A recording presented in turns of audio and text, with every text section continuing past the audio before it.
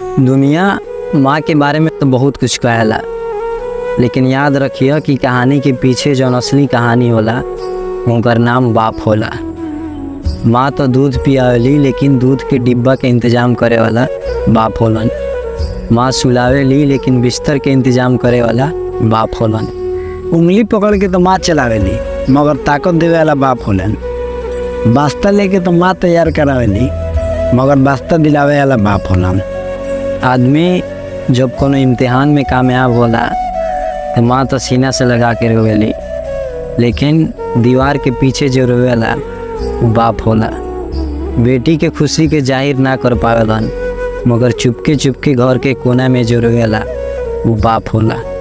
सुबह के समय जब घर से निकलिए न तो गौर करिए, जे रिक्शा चलावेला वो केहू के बाप होलन, जे मजदूरी करलन वो केहू के बाप होलन, स्टेशन के बाहर ठेला लगावलन वो केहू के बाप होलन।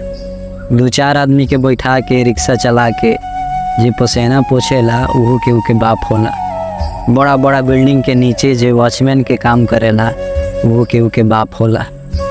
केहू पूछी नु कि बाप के होला तो कह दिया कि पूरा जवानी अपन बच्चा के परवरिश में, अपन परिवार के परवरिश में जे निकाल देला बाहर में, ओकरे नाम बाप होला।